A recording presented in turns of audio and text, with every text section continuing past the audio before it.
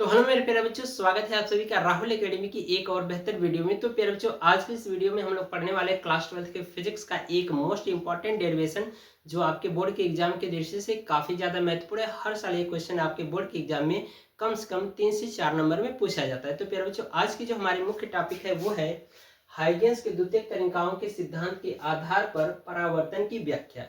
तो मैंने प्यारे बच्चों परावर्तन के नियम पढ़ा रखे हैं, उसमें 2 तरह के नियम होते हैं, ठीक है। तो उन्हीं दोनों नियमों की व्याख्या हमें क्या करनी है, हाइगेंस के द्वितीयक तनिकाओं के सिद्धांत के आधार पर करनी है। बात समझ में आ रही? तो प्यारे बच्चों, ये जो डेरिवेशन बहुत ही सिंपल और इजी तरीके से मैं आपको कराऊंगा। बस आपसे रिक्वेस्ट है कि वीडियो को शुरू से लेकर के लास्ट तक देखिएगा, तभी चीजें आपको समझ में आएगी, ठीक है। तो चलिए बच्चों, बिना किसी देरी की आज की वीडियो को शुरू करते हैं। तो प्यारे बच्चों, हम क्या करेंगे, सबसे पहले इसका चित्र बनाएंगे। चित्र जैसे जैसे बनाया जाएगा वैसे ही आपको क्या करनी, थ्योरी लिख लेनी होगी। बाकी हम लोग यहाँ पर डेरिवेशन देखेंगे, ठीक है। तो प्यारे बच्चों, सबसे पहले हम मान लेते हैं कि हमारे पास क्या है, एक एम डैश का एक समतल परावर्तक पृष्ठ है, ठीक है। ये हमारा एम डैश एक समतल परावर्तक पृष्ठ है, ठीक है, जिस पर प्रकाश की किरणें क्या होंगी, परावर्तित होंगी, ठीक है।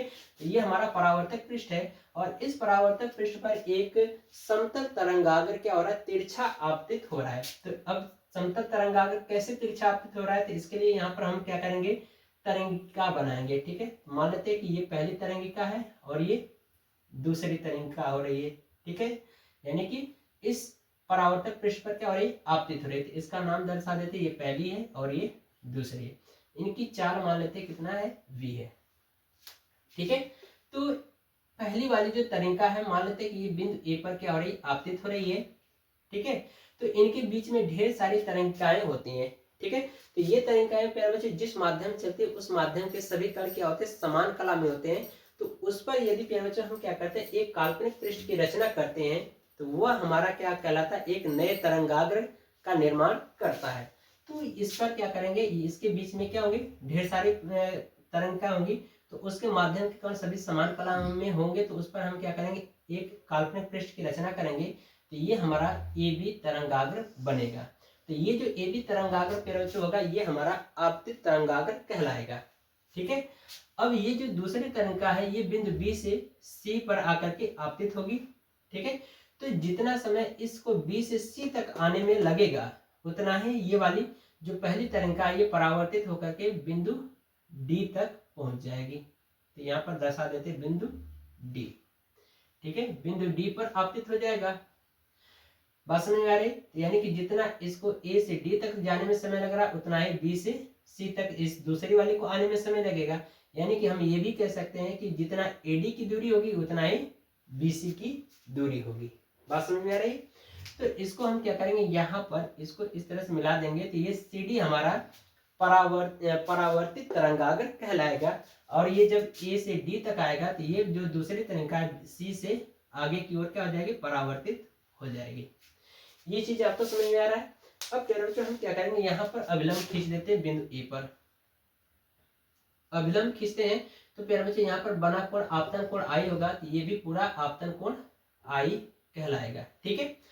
और इस पर अगर बिंदु सी पर हम क्या करते हैं, अभिलंब खींचते हैं, तो ये वाला पूरा कोण परावर्तन कोण आर कहलाएगा। तो ये भी पूरा कोण आर होगा। यहाँ पर प्यारे बच्चों 90 अंश का कोण बनेगा। इतना चीजें समझ में आ रही है?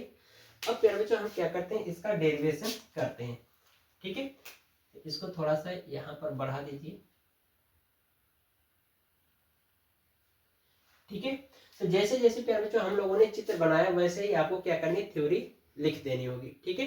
तो डेरिवेशन यहाँ पर देखिए, तो एक चीज हम लोग यहाँ पर दर्शाएंगे। हमने कहा प्यारे बच्चों कि जो एडी की दूरी होगी वही बीसी की दूरी होगी। यानी कि ये वाली पहली तरंगिका है, वो ए से डी तक जाने में जितना समय लगा है, उतना ही बी से सी तक आने में दूसरी वाली को भी लगेगा। और जितना ए से डी तक की दूरी होगी, उतना ही बी से सी तक की दूरी होगी, ठीक है। तो दूरी कितनी होगी, ये भी हम लोग निकाल लेते। तो यहाँ पर लिखेंगे ए डी बराबर बी सी बराबर कितना, वी गुणे टी। यानी कि जितना BC का मान है उतना ही इस AD का मान होगा। बात समझ में आ रही? ये चीज समझ में आ रहा है? अब फिर इसके बाद प्यारे बच्चों, यहाँ पर आप देखो तो दो तरह के त्रिभुज बनाए, एक त्रिभुज हमारा बन रहा ए बी सी और दूसरा ए डी सी। तो यहाँ पर लिखेंगे त्रिभुज ए बी सी तथा त्रिभुज ए डी सी में। तो इसमें प्यारे बच्चों देखा जाए तो ये कोण बी पर और कोण डी पर क्या हो रहा है, 90-90 अंश का कोण बन रहा है। तो इसको हम लिख सकते हैं कोण बी बराबर कोण डी बराबर 90 अंश। यहां पर लिख देंगे समकोण। ठीक है, समकोण हो जाएगा। बात समझ में आ रही?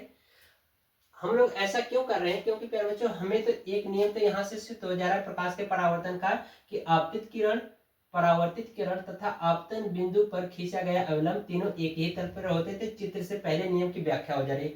दूसरे नियम की व्याख्या जो होती है वो क्या होता है, आपतन कोण बराबर परावर्तन कोण होता है, यानी आपतन कोण आई बराबर परावर्तन कोण आर होता है। तो ये हमें प्रूफ करना है।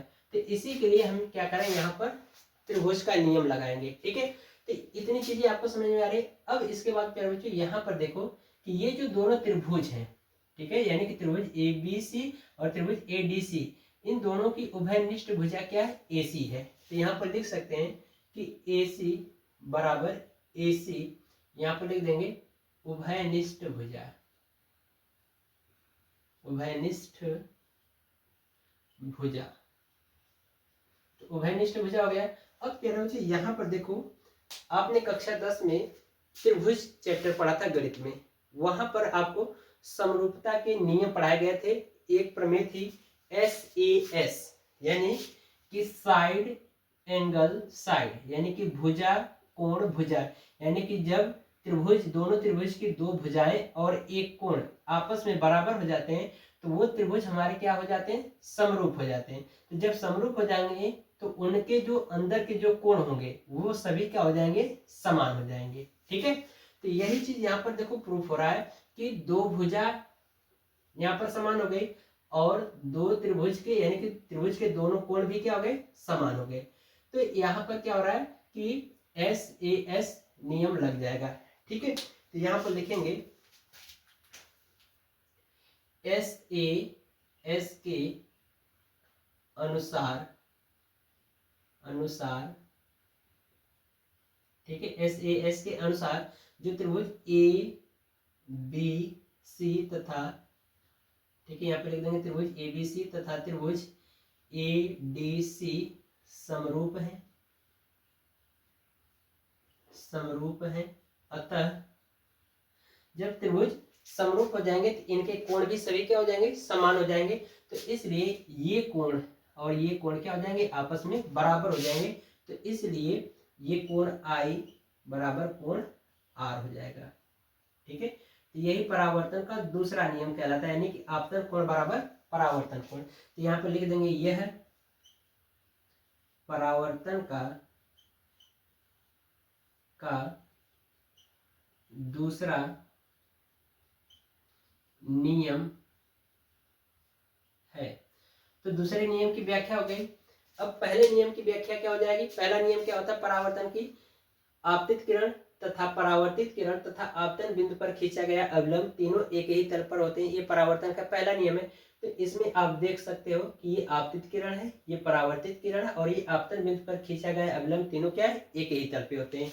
तो दूसरा नियम लिख देंगे, यहाँ पर स्टार लगा के लिख दे रहे हैं। ठीक है, लिखेंगे आपतित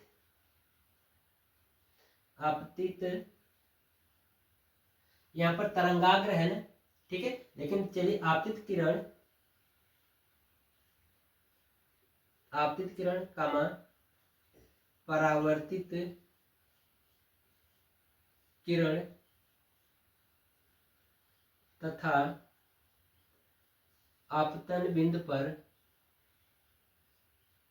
आपतन बिंदु पर खींचा गया अभिलंब तीनों एक ही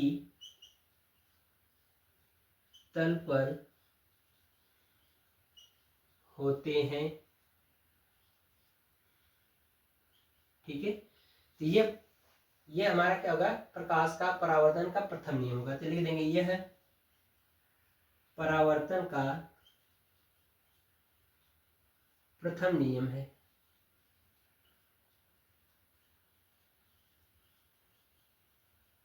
ठीक है, तो इस तरह से प्यारे बच्चों आप देख सकते हो कि हम लोगों ने क्या किया कि हाइगेंस के द्वितीयक तनिकाओं के सिद्धांत के आधार पर परावर्तन की व्याख्या कर डाला। ठीक है, तो इस तरह से प्यारे बच्चों आज की जो हमारी मुख्य टॉपिक है वो कंप्लीट होती है। तो आशा करते हैं आपको हर एक चीज समझ में आया होगा।